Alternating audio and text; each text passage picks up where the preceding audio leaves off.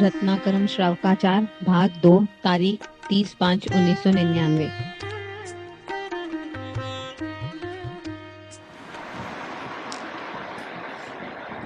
नमो अजंताणं नमो सत्ताणं नमो आयर्याणं नमो विभूचाय नमो वेरे सर्वसाम नमो सर्वेशाराय सानुभूत्या चकास्ते चित् स्वभावाय भावाय सर्वभावान् परच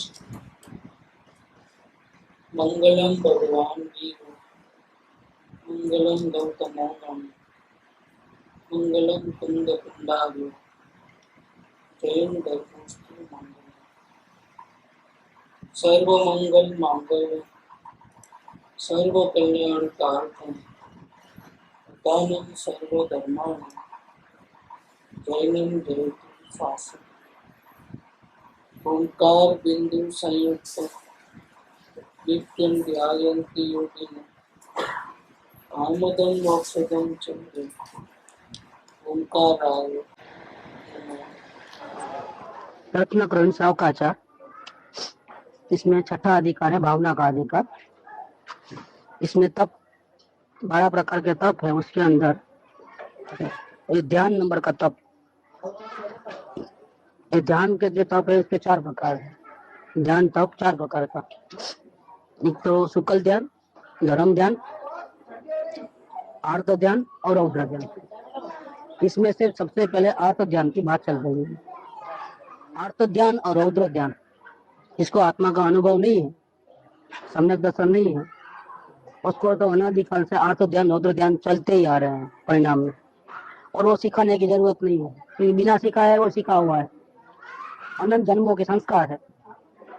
तो परिणाम में आर्त ध्यान रौद्र ध्यान तो होता ही रहता है।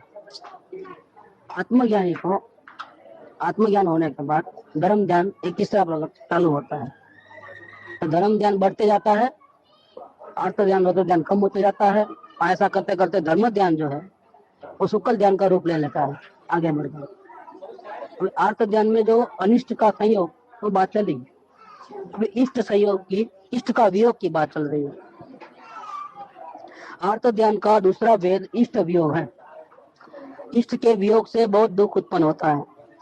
अपने चित्त को आनंद देने वाले, सुखों को उत्पन्न करने वाले ऐसे पुत्र का मरण हो जाए, आज्ञाकारिणी स्त्री का वियोग हो जाए, प्राणों के समान मित्र का वियोग हो जाए, बहुत संपदा, राज्य, ऐश्वर्य, भोगों को देने वाले स्वामी का वियोग हो जाए, सुख पूर्वक जीवन यापन करने वाली आजीविका नष्ट हो जाए, राज भंग हो जाए, पदवी भंग हो जाए, संपदा भंग हो जाए, सुख से रहने का स्थान, जमीन मकान नष्ट हो जाए, सौभाग्य यश नष्ट हो जाए, प्रीति करने वाले भोग नष्ट हो जाए, ये सब इष्ट का वियोग है।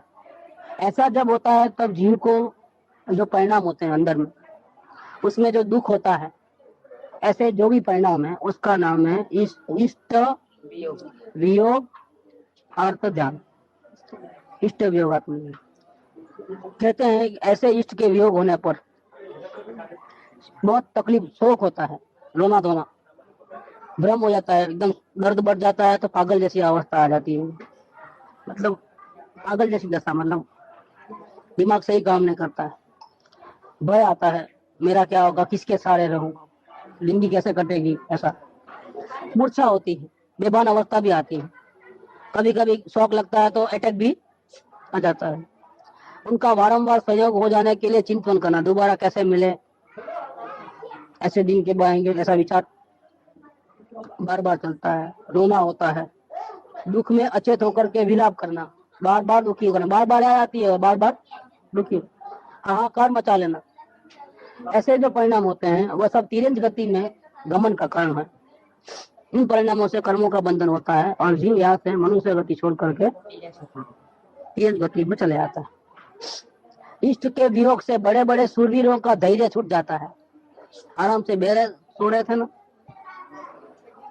आराम से नींद ले रहे थे ना, सबके छक्के छूट जाते हैं।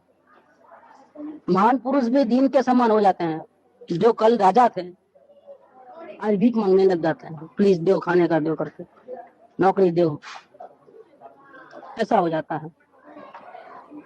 हृदय फट जाता है, मरण हो जाता है, उन्मत्त बावला हो जाता है, कुआ बावड़ी में गिरकर मर जाता है, अपघात करता है, सहन नहीं होता है, ऊंचे मकान पर्वत से गिरकर मर जाता है, विष भक्षण कर लेता है, जहर खा लेता है, शस्त्र आदि से आत्मघात कर लेता है। इष्ट के वियोग के दुख समान और कोई दुख नहीं है। इष्ट वियोग के दुख से दोनों लोग नष्ट हो जाते हैं। दोनों लोग मतलब क्या क्या अपघात करते हैं, नशा काट लेते हैं, क्योंकि अपने को चाहिए ऐसा नहीं हो रहा है, और जो नहीं चाहिए वो आ जा रहे, तो इतना अंदर में परिणाम खराब होकर के फिर किसी पे अपनी चलती नहीं तो क्या करते, फिर अपने ऊपर ला देते, जहर की नींद की गोलियां खा लेना, जहर खा लेना, नशा काट लेना चालू हो जाता है। तो इसमें ये लोग तो खत्म, मनुष्य भाव तो खत्म हो ही जाएगा, लेकिन दूसरा भाव भी खराब इसलिए होता है क्योंकि दोबारा ऐसा मनुष्य भाव भी मिलता नहीं, जैन धर्म नहीं मिलता, नित्य गति में चले जाते हैं, कुत्ते बिल्ली जानवर छिपकली मछली इसमें चले जाते हैं। कोई उत्तम पुरुष संसार शरीर भोगों से विरक्त, सम्यक श्रद्धानी, सम्यक ज्ञानी, वितराग सर्वज्ञ के वचनों का अवलंबन लेने वाला, वस्तु के सत्यार स्वरूप को जानने वाला पुरुष ही इष्ट के वियोग जनित दुख को जीतता है। इसको सर्वज्ञ भगवान, वितराग भगवान, जिनेश्वर देव उसके मार्ग में श्रद्धा है, कोई जी ऐसे दुखों कठिन दिनों का सामना कर सकता है। सभी के बस की बात नहीं है। वे जीव ऐसी भावना पाते हैं, कैसी भावना पाते हैं, जिसको धर्म ज्ञान आत्मज्ञानी होने के बाद भी उनको ऐसा होता है, जो संसार में अन्य जीवों को तकलीफ आती है, ऐसी तकलीफ जिसको आत्मा के दर्शन हो गए हैं, ऐसे ज्ञानी पुरुष को भी ऐसी तकलीफ आती है, लेकिन उनको आत्मा का बल होने से, सर्वज्ञ वितराग धर्म का शरण है, इंद्र देव की आज्ञा में है, इसलिए उनको बहुत शांति रहती है। अगर आत्मा का ज्ञान नहीं हुआ तो बहुत तकलीफ होती थी। और उनको क्या होता है वो बताते हैं, वो क्या सोचते हैं ऐसे टाइम में, जब उनको तकलीफ आती है तो उन्हें क्या सोचते हैं, ये आत्मन संसार में जितना भी तुझे सहयोग मिला है उसका नियम से वियोग तो होने वाला ही, कोई शाश्वत रहने वाले नहीं। वियोग को रोकने को कोई भी देवता, इंद्रदेव, मंत्र, यंत्र, औषधि, सेना, बल, कुटुंब, बुद्धि, मित्र और धन संपदा समर्थ नहीं है। इस शरीर जो प्राणों से प्यारा है उसका अंत समय आता है, सिकंदर का क्या होता है, कोई बचा इतनी सारी धन दौलत, वैधराज हकीम, खाली हाथ जाने का, बोलो मेरी थातड़ी निकले तो ऐसा हाथ खुले रख देना, कि सिकंदर खाली आया था और खाली कोई साथ में नहीं आता है। वो घड़ी को टाल नहीं सकते आप, मुंह मांगे पैसा दे दो, थोड़ी धन दौलत दे दो, बचा नहीं सकते कोई, आप कोई समर्थ नहीं है। जब इस अपने शरीर का ही वियोग अवश्य होगा तब इस शरीर के संबंधियों की क्या कथा करना, वो तो इसी भाव में अभी जितना दिन बना तो साथ में रहे, और नहीं तो कौन माँ कौन बाप कौन बेटे कौन भाई कौन वाइफ कौन पति और कौन पत्नी, हमारा तुम्हारा नहीं जमता है, ले जाए बस, या भाई भाई लड़ करके अलग हो जाते हैं, बाप का ले बेटे का नहीं जमता है अलग हो जाते हैं, पति पत्नी का नहीं जमता है अलग हो जाते हैं। अभी तो पेपर में आया था डेक्कन क्रॉनिकल थोड़े दिन के नीचे, 75 की बुढ़ी साल की बुढ़ी औरत थी, जायदाद के लिए उसके बेटे ने उसको मार डाला। उसकी उम्र क्या थी, 75 ईयर्स की, और ऐसा भी 5-10 साल में तो ऐसा भी जाने वाले थे, लेकिन जायदाद जल्दी मिले उसके लिए क्या किया, अपनी माँ का खून कर दिया बेटे ने। क्यों, कि कोई अपना नहीं है, शरीर तो अपना नहीं है, लेकिन शरीर के साथ संबंध वाले जो भी हैं वो भी अपना नहीं है। बदला है, का बदला, हाँ बरोबर बदला भी हो सकता है, का बदला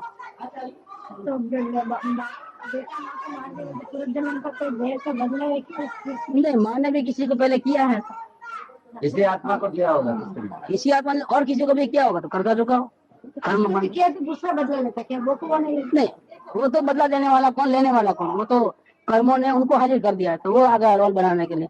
भाई पहले जमाने में क्या होता था कि गाँव में नाटक होते थे, हर साल नाटक होते थे, हर साल वही जीव राजा हरिश्चंद्र बनता था, कोई मनोदरी बनती थी, कोई रावण बनता था, ऐसे जो हर साल बनता था, हर साल वही जो वो अच्छा करता था उसको दे, लेकिन किस दिन वो बीमार पड़ गया तो क्या करोगे, तो क्या करेंगे, तो दूसरों को पकड़ के लाओ, क्या अपना को नाटक करना है ना, कर्म राजा किसी को भी पकड़ के ला लेगा, वो आपका बेटा बन जाएगा और आपको हैरान करेगा। जरूरी नहीं कि आपने इसका ही बिगाड़ा है, वो तो निमित्त मात्र है।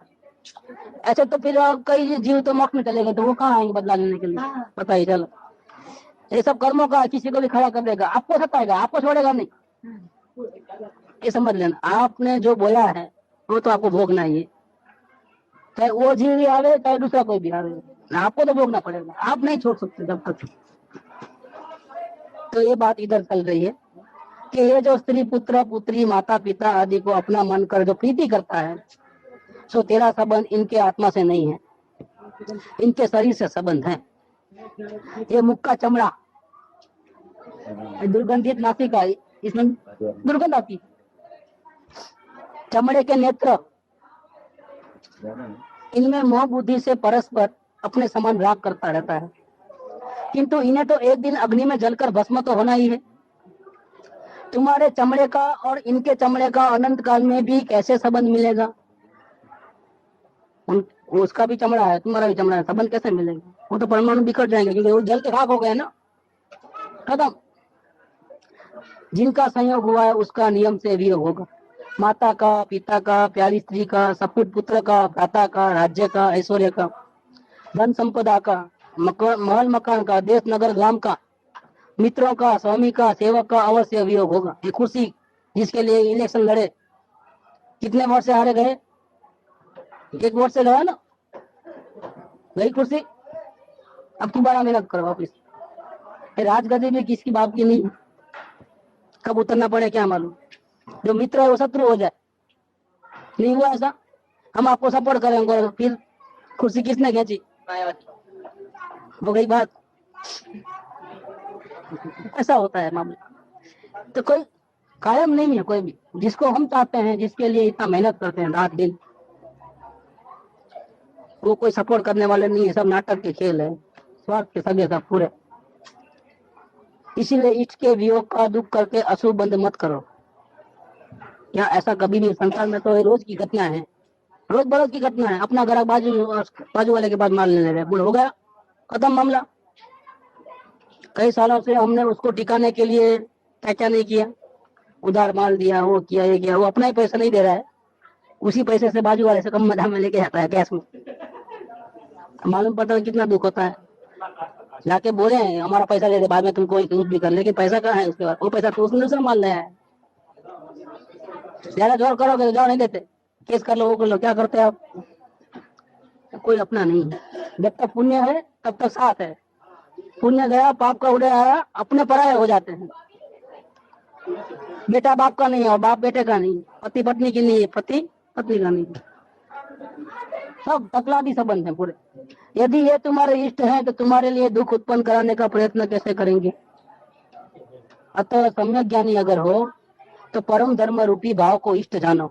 इस धर्म का जो भाव है, वितराग धर्म है, वही हमारी आत्मा को शांति देने वाला है। अवलोकन और भेद ज्ञान, वो जो विद्या है ज्ञाता दृष्टा रहने की, वही अपने को शांति मिले, बाकी और किसी तरीके से शांति मिलने वाले नहीं। प्रेम करना है तो इस विद्या के साथ करो। जिनेंद्र भगवान की जो विद्या है वितरागी पुरुषों, और उनसे लेकर के है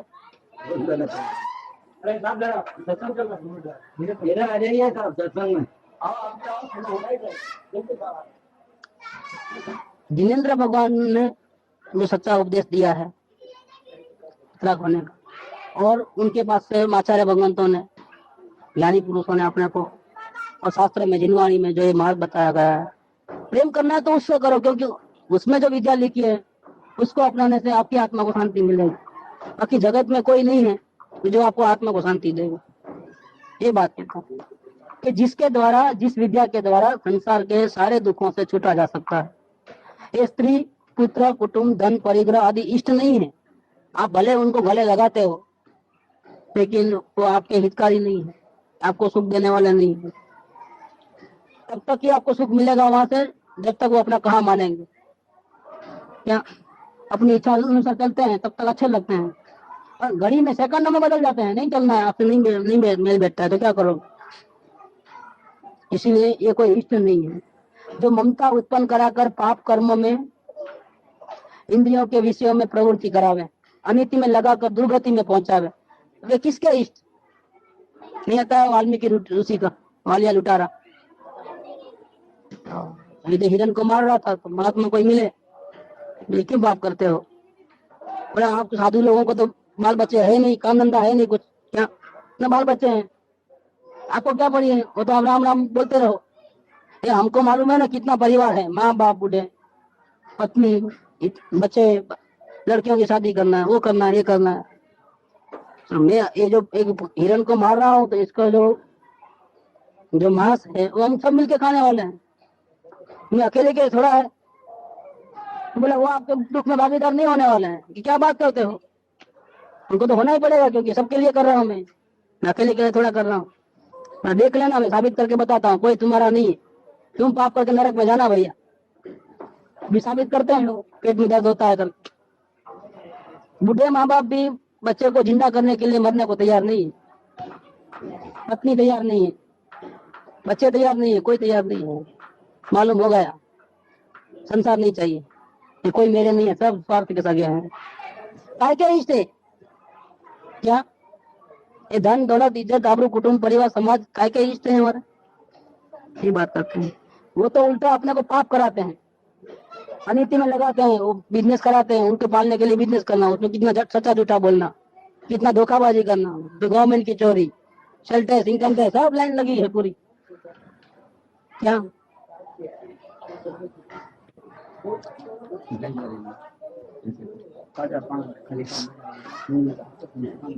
जो ममता उत्पन्न कराकर पाप कर्मों में इंद्रियों के विषयों में प्रवृत्ति करावे, अनिति में लगाकर दुर्गति में पहुंचावे, वे काय के इष्ट?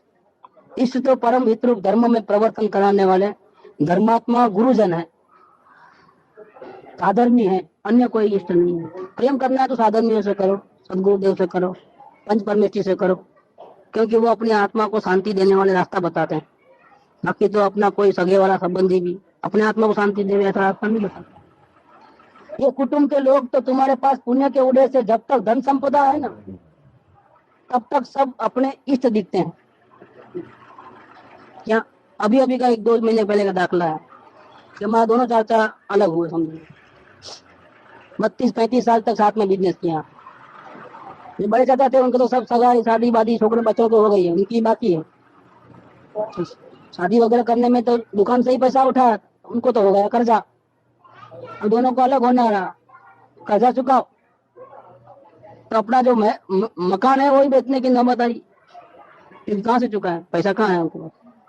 दुकान लेने की तो हालत ही नहीं है, क्योंकि दुकान ले तो और भी ले तो बड़े चाचा तो रोड से आ गए, रोड पे सीधा।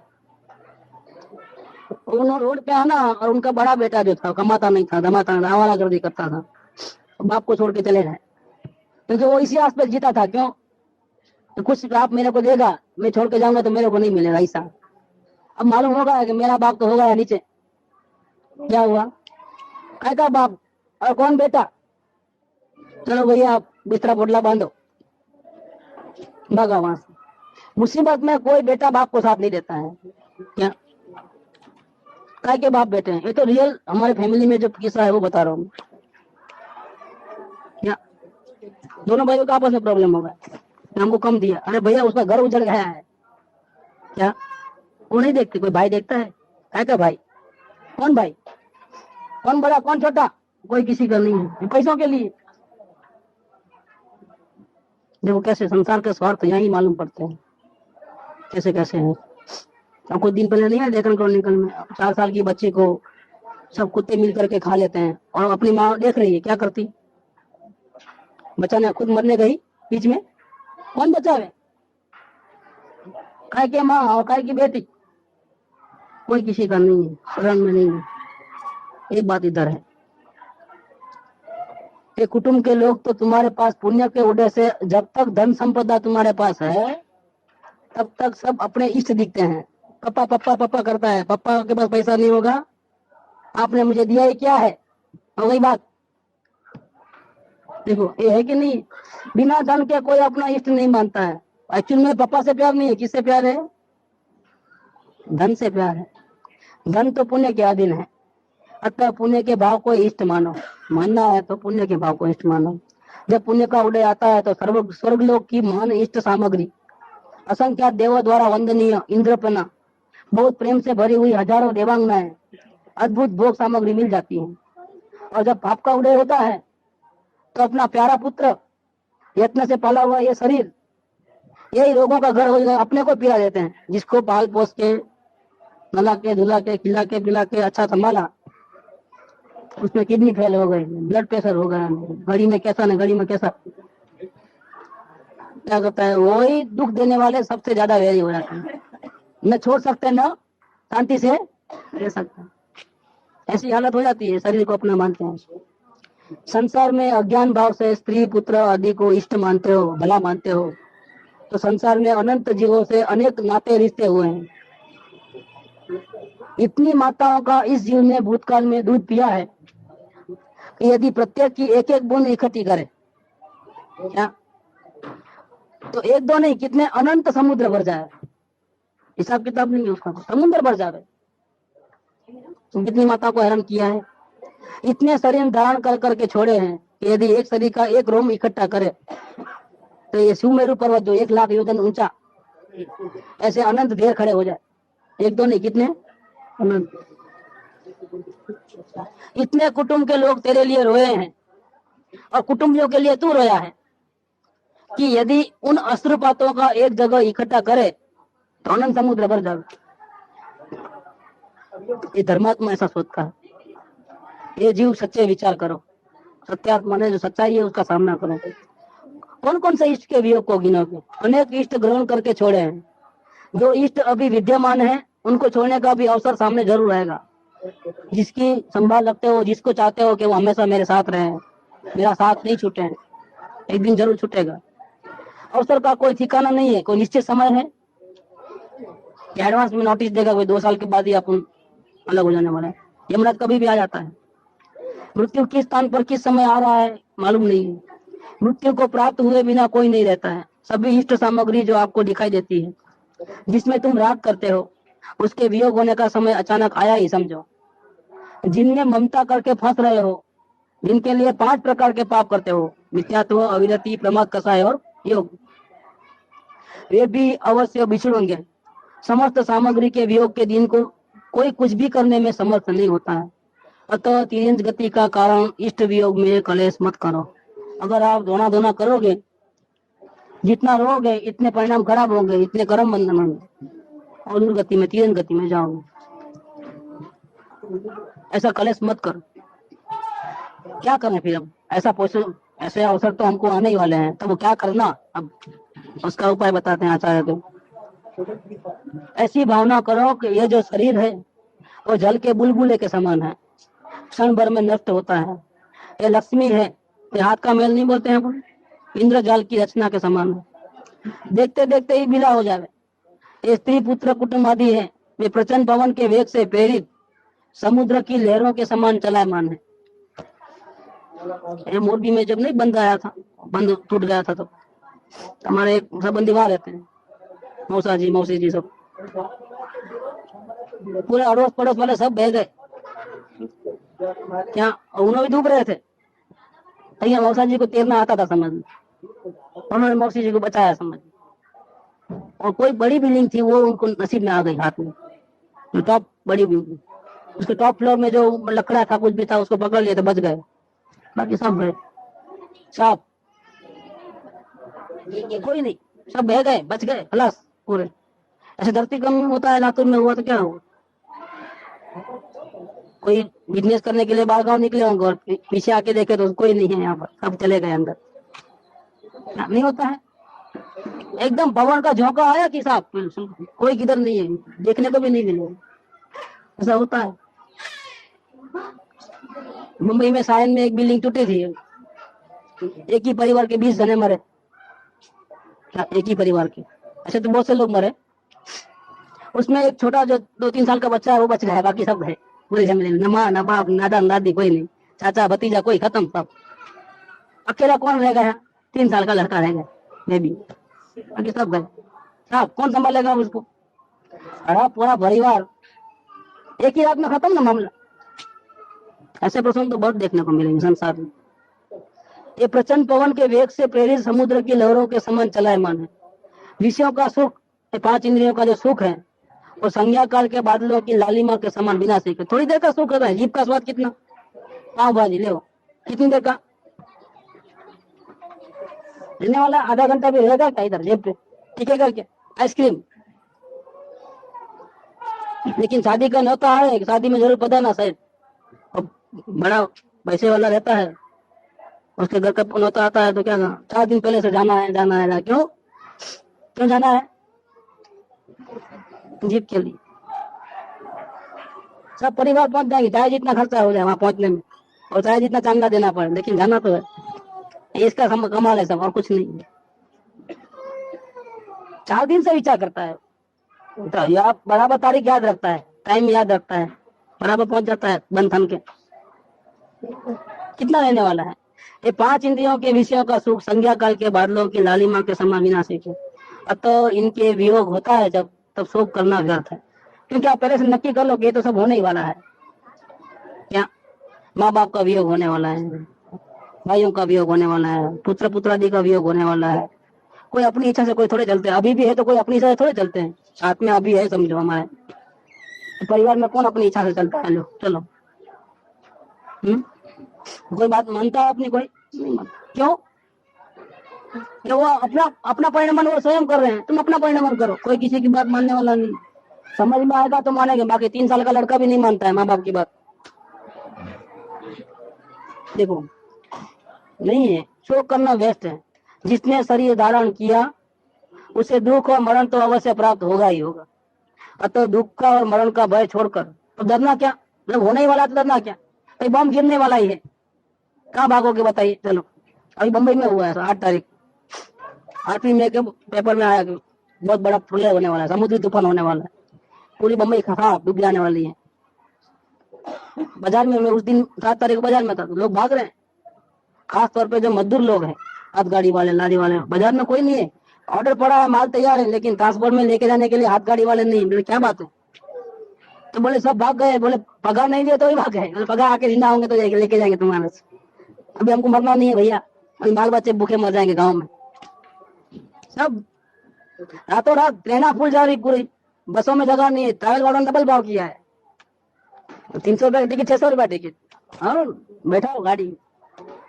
और एक मारवाड़ी भाई ने तो अपने सब संबंधी जो थे 60 लोगों का चार्टर बस किया मुंह मांगे दाम में, चलो भागो मुंबई छोड़कर, यहाँ नहीं रहना थोड़ा दिन। क्या हुआ? उसका एक्सीडेंट हुआ, 30 जने वहीं खत्म, बस का एक्सीडेंट हुआ, पेपर में आया। मौत वहां लिखी थी, वो 8 तारीख को तूफान नहीं आया कुछ भी, उसकी मौत ऐसी लिखी थी। एक ही परिवार का 30 जने एकदम धमाके बंद खत्म मामला। सुना दो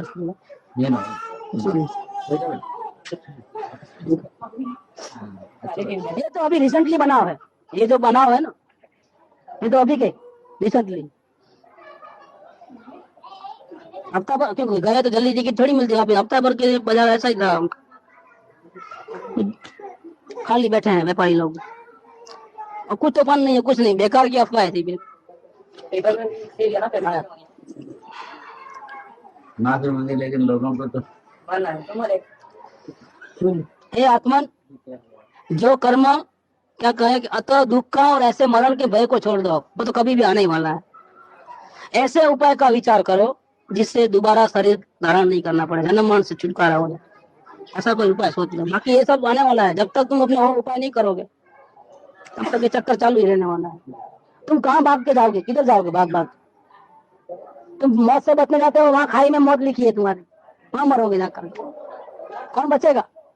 हे आत्मन, जो कर्म किसी देव दानव मंत्र तंत्र यंत्र औषधि आदि के द्वारा नहीं रोका जा सकता है, उसके कारण अपने इष्ट का मरण होने पर शोक से दुर्ध्यान करना पागल के समान आचरण करने जैसा है। क्या शोक करने से, रोने से, धोने से, विलाप करने से और दया करने से कोई मरे हुए को जिंदा कर सकते हैं? शोक करने से तो कुछ हासिल नहीं होने वाला, जो है वो बिगड़ जाएगा। धर्म अर्थ काम मोक्ष सब नष्ट हो जाएगा, चारों पुरुषार्थ खत्म, बंद हो जाएगी। तुम पास एक दुखी आदमी कोई काम नहीं कर सकता, न धर्म का काम करेगा न धन कमाएगा, क्योंकि बहुत दिन में तकलीफ है, कुछ जीने की इच्छा नहीं, क्या काम करेगा वो? तो तुम खुशी मनाते हो। तो क्या है कि क्रिश्चियन लोगों का आपने सीखा है, हिंदुस्तान की संस्कृति नहीं। हैप्पी बर्थडे किसका संस्कृति? क्रिश्चियन लोगों का संस्कृति। जो भी उत्पन्न हुआ है वो मरने के लिए ही हुआ है। जो जो समय व्यतीत होता है त्यों त्यों मरण का दिन नजदीक आता है। जैसे वृक्ष में फल फूल पत्ते उत्पन्न होते हैं तो ये सभी टूटकर गिरते ही हैं। इसी प्रकार से एक कुल रूपी वृक्ष है, उसमें माँ बाप पुत्र पौत्र जो भी उत्पन्न हुए हैं, एक दिन उसका टाइम आने वाला है। इसमें शोक करना व्यर्थ है, एक कुदरत का नियम है। जो होना है, जो होने ही वाला है, उसको नहीं रोका जाता, क्योंकि वो पूर्व में बांधे हुए कर्म के अधीन है। कर्मों का उदय आने पर उसका फल तो आता ही है, रोका नहीं जा सकता। जब तक कर्म सत्ता में पड़े हुए हैं, अभी उदय में नहीं आए हैं, उसमें आप कुछ भी कर सकते हो, सजा कम करवा सकते हो। पाप ज्यादा किया तो अगर आप आत्मज्ञान करोगे तो पुण्य में परिवर्तित हो जाए, ऐसा भी कर सकते हो, क्योंकि अभी उदय में नहीं आए हैं। लेकिन उदय में आने के बाद तो खलास, कोई कुछ नहीं कर सकता। जो उदय के अधीन इस वस्तु का नाश हो गया है, उसका विलाप करके शोक करना ऐसा है जैसे अंधकार में नाचना। कौन देखेगा? पूर्व में बांधे हुए कर्मों के उदय समय में जिसकी आयु का अंत आएगा, योग का समय आएगा, उस समय उसे कौन रोक सकेगा? इसीलिए रोना धोना छोड़ करके परम धर्म में यत्न करना चाहिए। परम धर्म मैंने क्या? जिससे अपने आत्मा की शांति हो, ऐसा गुरु ने जो विद्या दी है उसका अभ्यास करना चाहिए।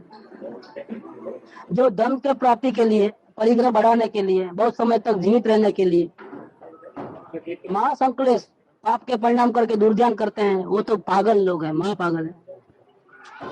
क्योंकि इतने पाप अभी कर रहे हैं सबको इकट्ठा करने के लिए, और वो तो रहने वाला नहीं। जिसके लिए मेहनत करते हो वो रहने वाला है। और ये जो पाप के पोटले बांधे हो, कौन कौन भुगतेगा? स्वयं को भुगत। इच्छा करने से दुखी होकर पुण्य के उदय के बिना गई वस्तु कैसे प्राप्त होगी? जो आपका इष्ट मर गया, उसे जला दिया, एक बार परमाणु भस्म आदि होकर के उड़ गए, उसको प्राप्त करने के लिए जो शोक करता है, उसके समान मूर्ख और कौन है? इस जगत को प्रत्यक्ष इंद्रजाल के समान देखते हुए भी शोक कैसे कर सकते हैं? यदि मरण का, वियोग का, हानि का दिन आ जाए, उसे एक क्षण भी टालने को कोई इंद्र, जिनेन्द्र, नरेंद्र समर्थ नहीं।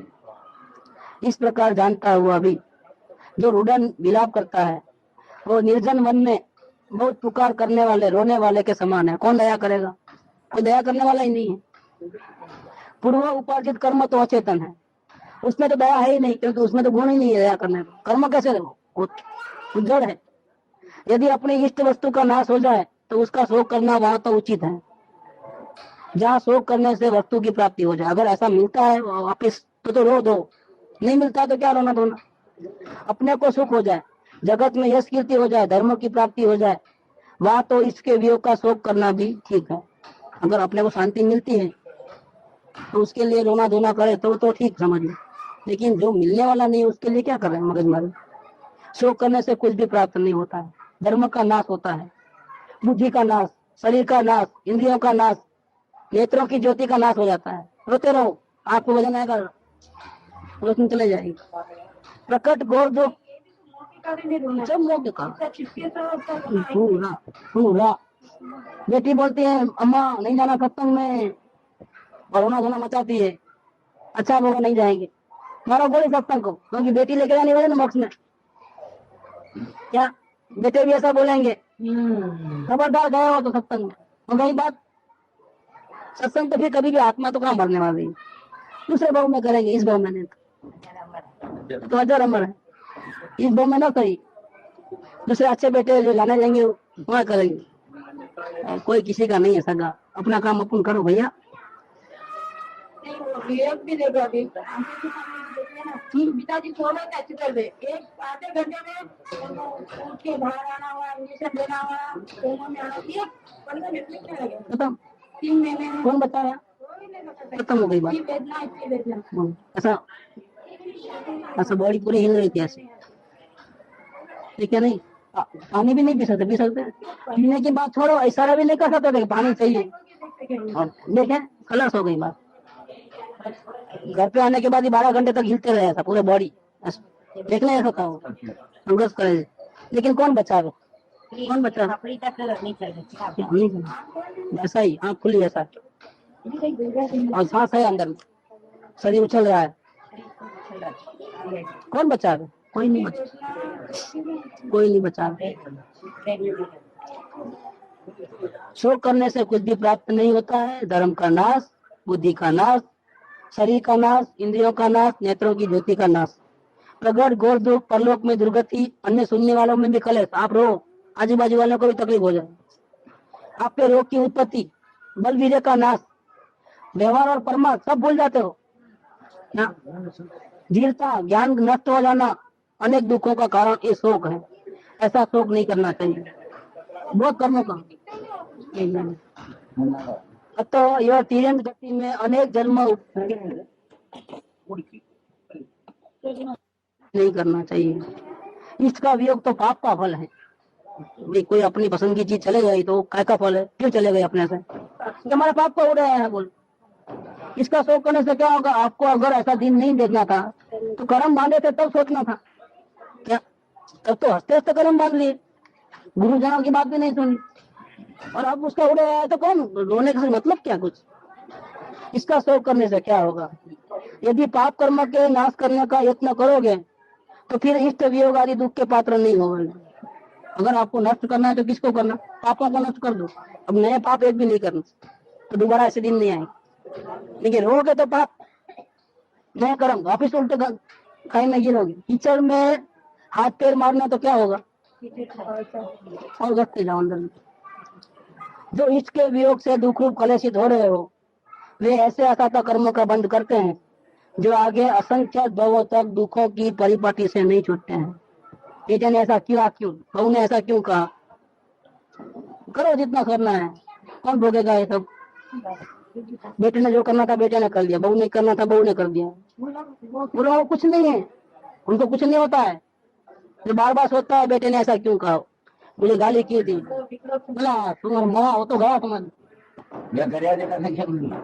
उनको तो उनका जो मिलना है मिलेगा, लेकिन नहीं लगता है। धर्मात्मा है तो नहीं लगेगा। अगर वो ज्ञानी है समझ लो तो उसका इरादा कोई दूसरा रहता है, उसको नहीं लगता, वो नाटक करता है। ले और मरे कौन?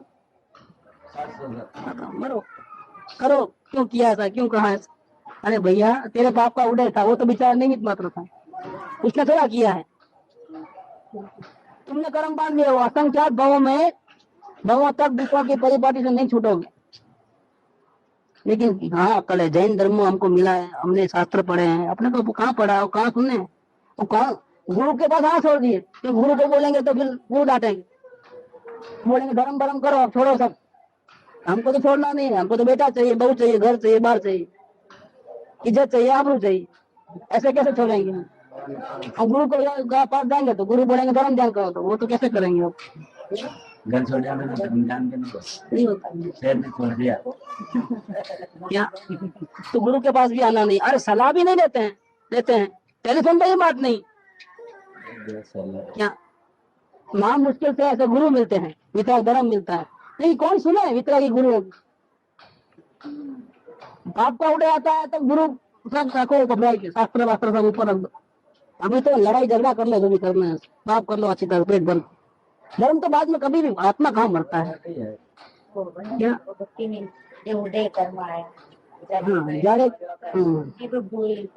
सिद्ध जात ना जीवो जारे उदय में आवी कर्म भूली गयो निज धर्म। गुरु को भूल गया, सत्संग को भूल गया, क्या लपसी पड़े संसार में।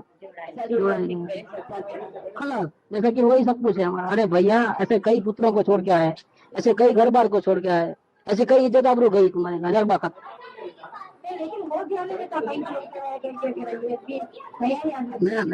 भूत का तो नरक में कई बार गया, याद रहता है? नहीं रहता है। तब तो हम दोबारा गलती नहीं करूंगा, दारू नहीं पीऊंगा, मांस नहीं खाऊंगा।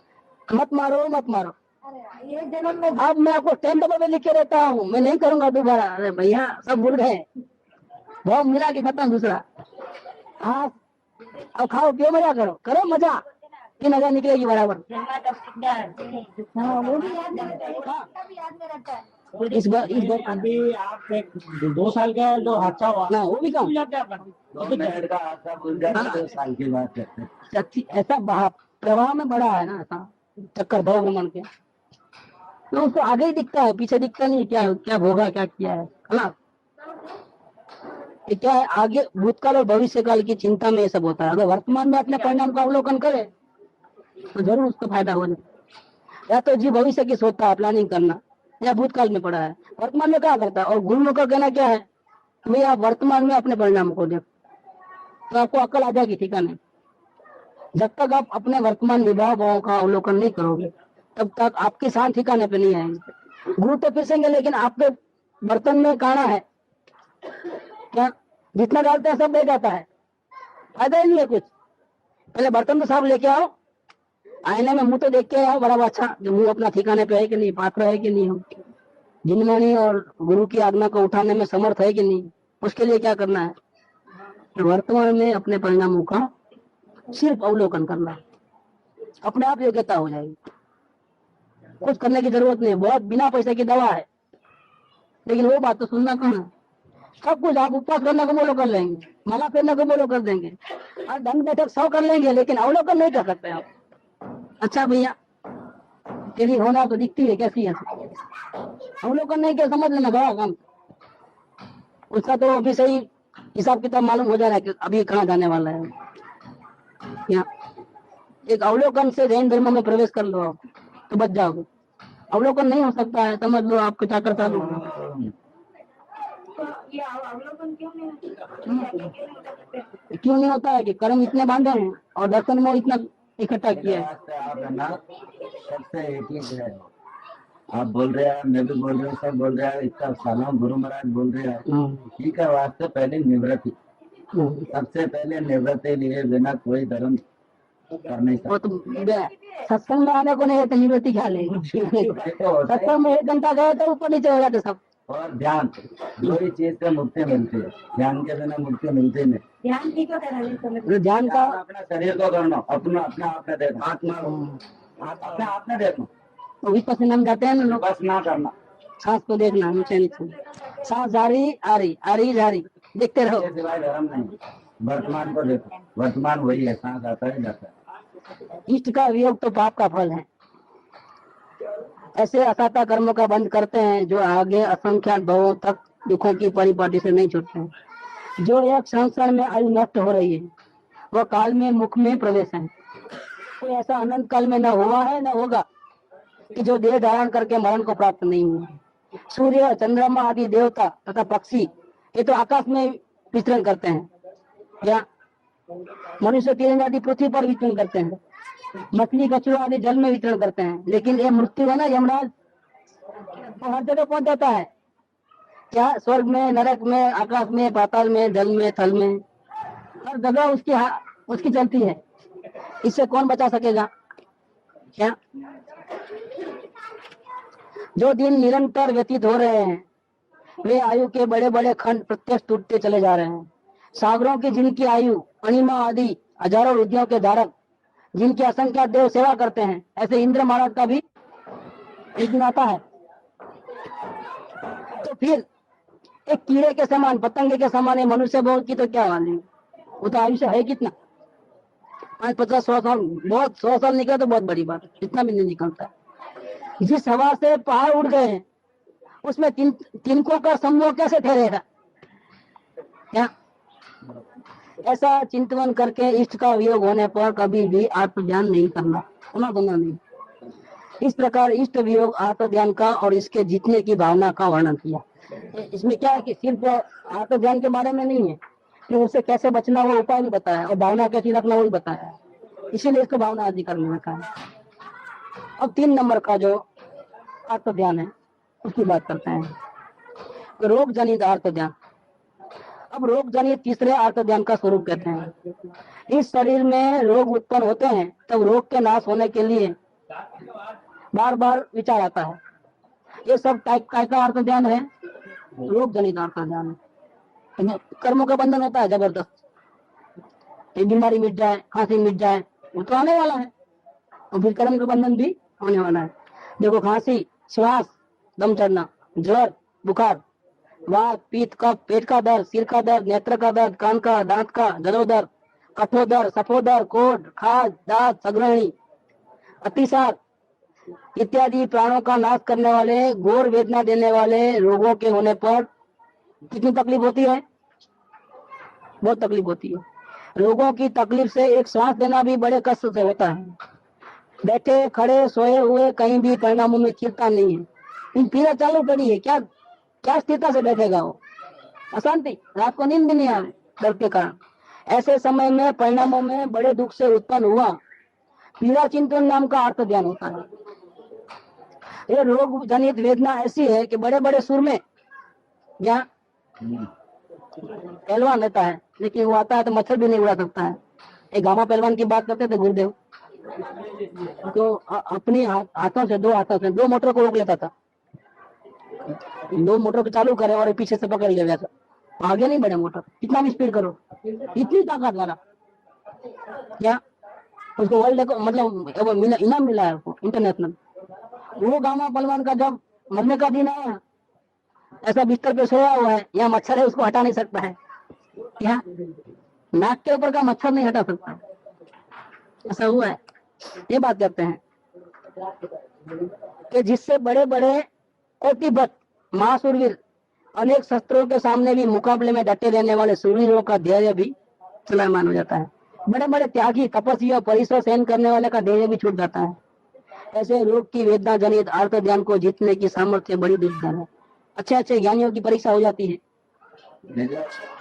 मृत्यु जब आता है, जब जो वेदना होती है ऐसी, उस टाइम में अगर अपने आत्मा का ध्यान नहीं रहा तो उसका ज्ञान भी चले जाता है। इतनी वेदना में तो उसका भी पसीना छूट जाता है।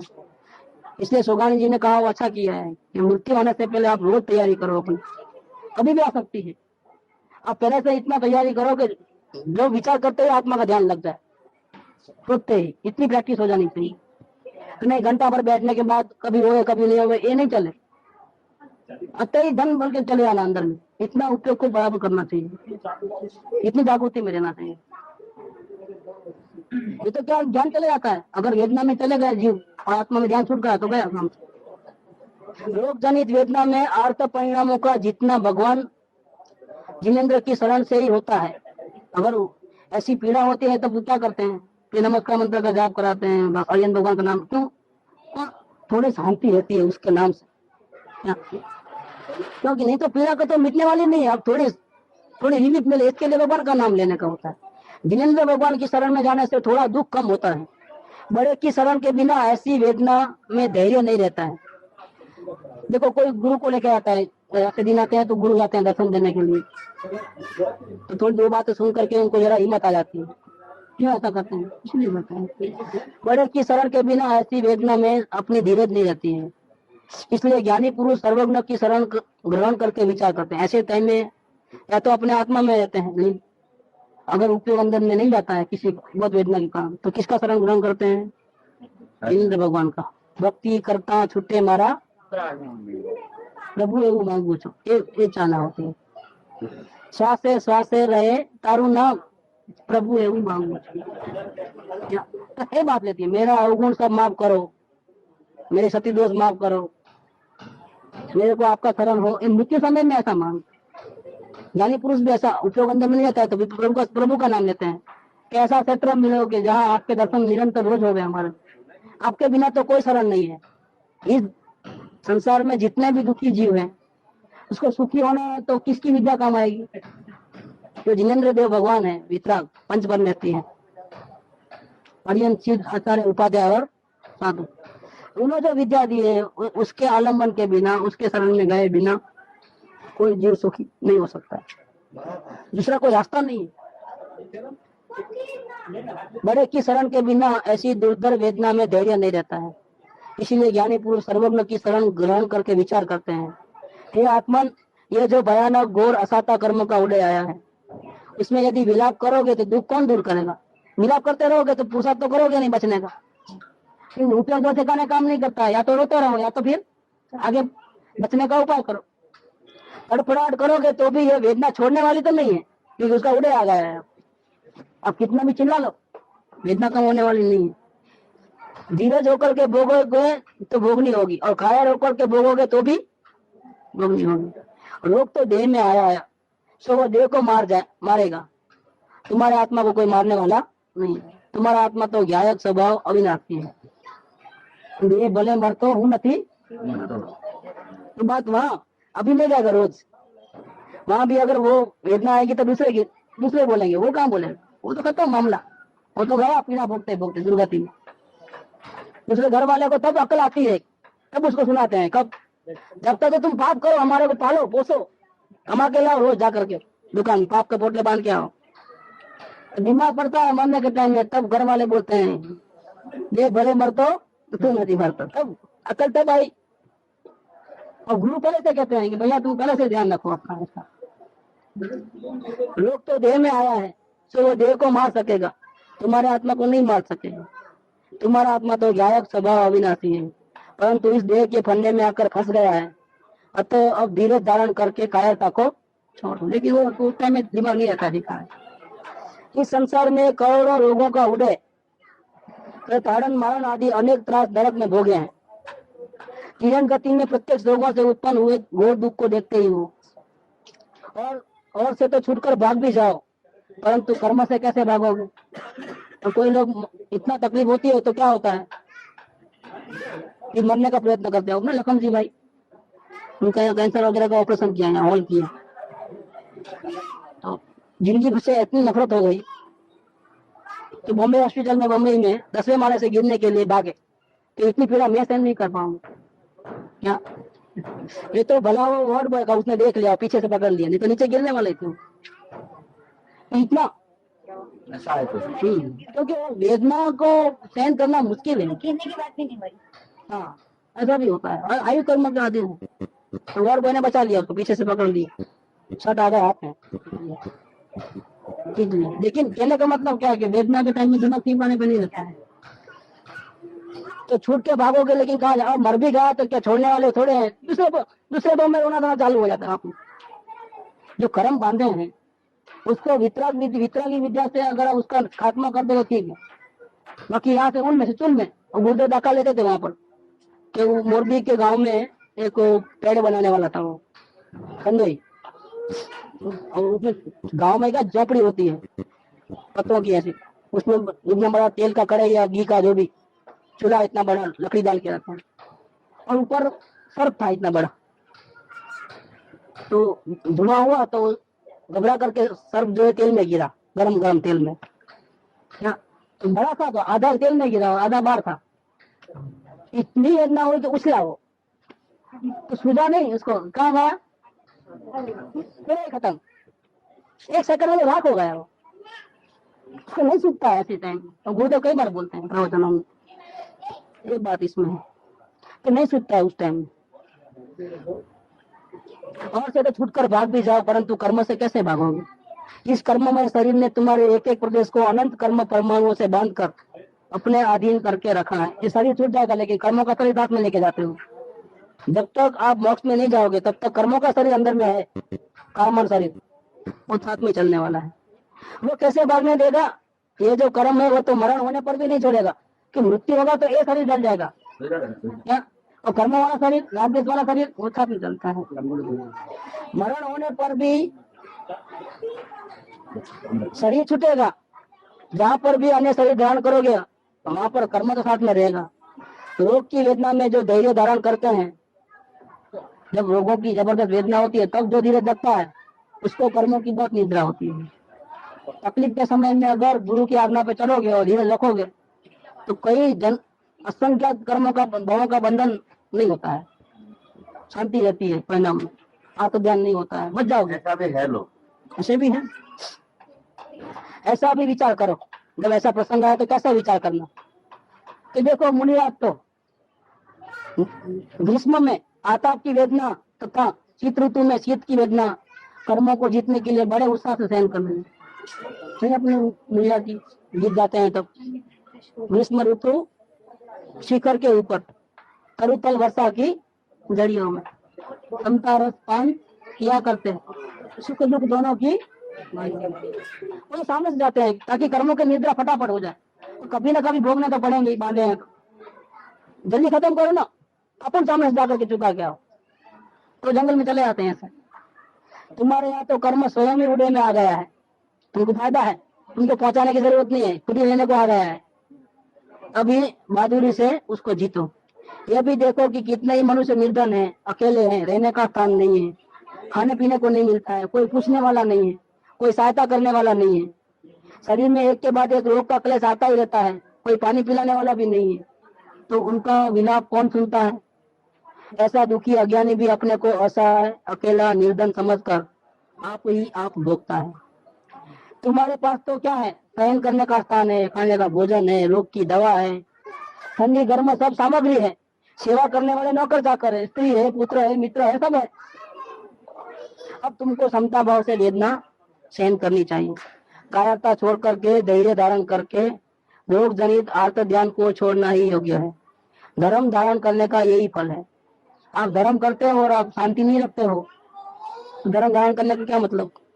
क्या जैन धर्म मिला है तो आप इसका उपयोग करो, इसका फायदा लो। जिनका कोई सहायता करने वाला नहीं है वे भी धैर्य धारण करते हैं। हे आत्मन, यह जैन धर्म धारण करके भी तथा कर्मों के उदय को किसी से भी नहीं रोका जा सकने वाला समझ कर भी क्यों कायरता धारण करते हो? जेल में भी बहुत रोग की वेदना भोगते हुए कितने ही मर जाते हैं।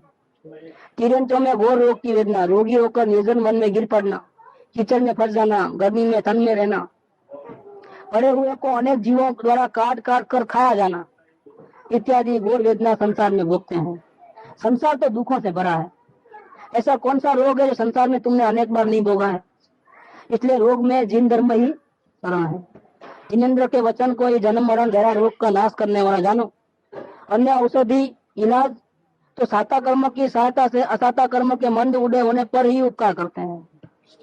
तकलीफ हुई और हम डॉक्टर के पास गए तो डॉक्टर की दवा कब काम आएगी? जब हमारा पुण्य का उदय होगा। तो अब लाख डॉक्टर को बचा लो, लाख पैसा खर्च कर लो, लेकिन आपका टाइम खराब आया है, कोई बचा नहीं सकता है। और आपका आयुष्य अगर हो तो डॉक्टर बोलेंगे नहीं जिएगा, तुम भी जिंदा रहते हो।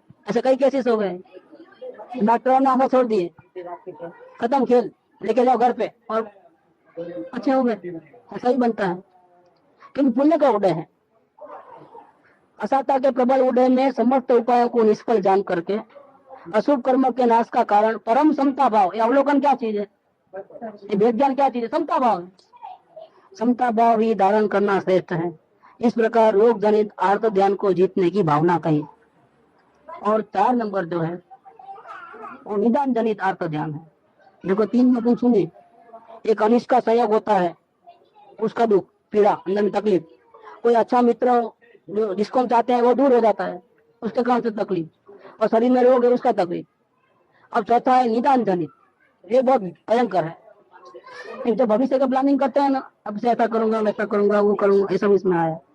सारा दिन बंदा क्या कहता है? अगर समझो कोई तकलीफ नहीं है तो बैठे बैठे ये तो करता है कि नहीं करता है? और खाना पीना अच्छा मिलता है, लेकिन माता तो काम करेंगे। उन्होंने क्या किया, उनको मुनि अवस्था में उनके जो चाचा के लड़के ने उनको गाली दी, उससे उनको उनके उस टाइम में बहुत क्रोध आ गया। तो उन्होंने निदान किया निदान जो बोलते हैं ऐसा कि मेरा अगर तब ध्यान सही हो, अगर मेरी साधना सही हो, तो मेरे में इतना बल प्रकट हो जाए कि सब दुनिया के सामने इसको चीर के खत्म कर डालो। क्या तो निदान करते तो कर गए, लेकिन जो अपना आत्मज्ञान था वो भी चले गए। और तपस्या की, उसके कारण से हम स्वर्ग में गए, और वहां से आने के बाद 3 लोक का स्वामी राजा बने, त्रिपुर नारायण। सुख धाम अनंत सुसंत चही, दिन रात रहे तद ध्यान मही। प्रशांति अनंत सुधामय जे, प्रणमो पद तेवर ते जयते। प्रणमो पद ते